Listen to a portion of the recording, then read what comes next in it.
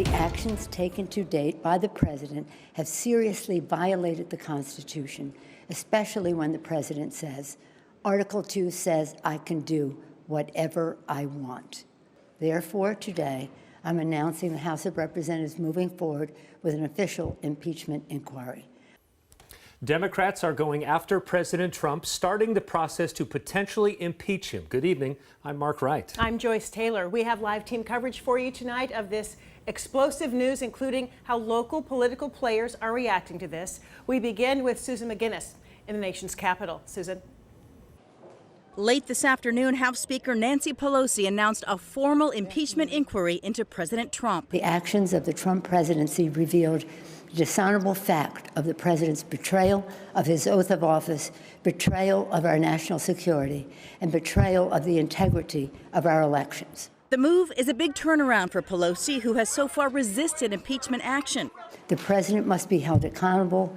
No one is above the law. President Trump late today defiant in his response.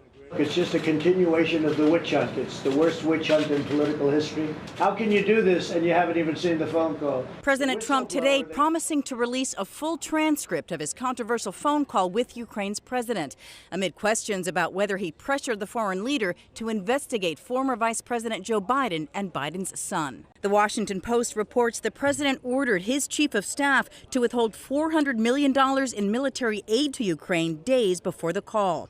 The president acknowledged he withheld aid, but seemed to both deny and admit he pressured Ukraine. There was no pressure put on them whatsoever, but there was pressure put on with respect to Joe Biden.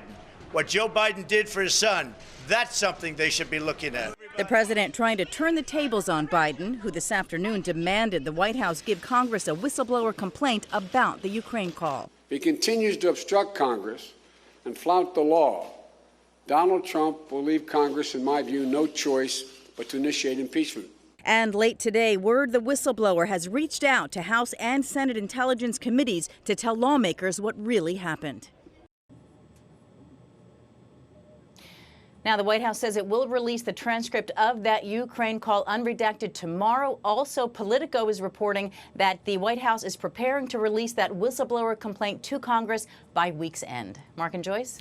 So, Susan, we know what the House is planning. How likely is the Senate to get on board with this push to impeach?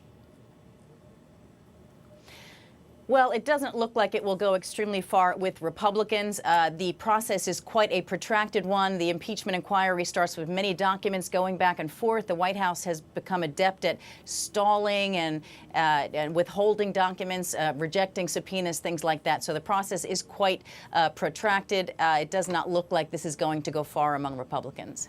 All right, Susan McGinnis, live in the nation's capital. Susan, thank you. So we want to hear from you. Do you support this push for impeachment? Just go to king5.com/vote now or vote in the King 5 app. And while you do that, Michael Crow joins us with how local political leaders from both sides of the aisle are weighing in on this. Michael. Yeah, plenty of folks weighing in online, including elected officials. We have also heard from the heads of the Washington State Democratic and Republican parties today. For Republicans, this is political gamesmanship. They see it as Democrats looking for success in 2020. But Democrats, they say it's all about doing the right thing, even if there are political consequences. Take a listen.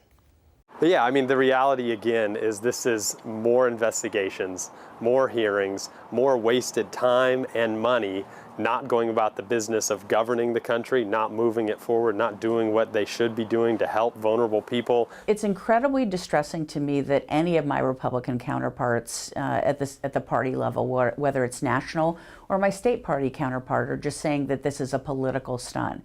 It's not. Not solving health care, not doing anything. Just more hearings, more investigations. That's all we've come to expect from the Democrats, and I think they're going to pay for it next year. The very fabric of our government is at stake here, the very fabric of our nation in the Constitution.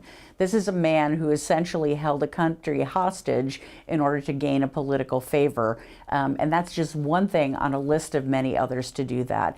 If the Republicans are going to continue to stand with Donald Trump and his behavior, then the Republicans are going to have to live with the consequence of standing with that man. Governor Inslee also stands behind the impeachment inquiry. His office says the governor absolutely supports the move, given a long pattern of offenses by this president. As the governor has said, the president cannot go on unabated. It's time to act. So a lot of differing opinions out there, guys. It's going to be interesting over the next couple weeks. Okay. Just starting. Just starting. Absolutely. Michael, thank you. And we will have more at the bottom of the hour. So let's transition.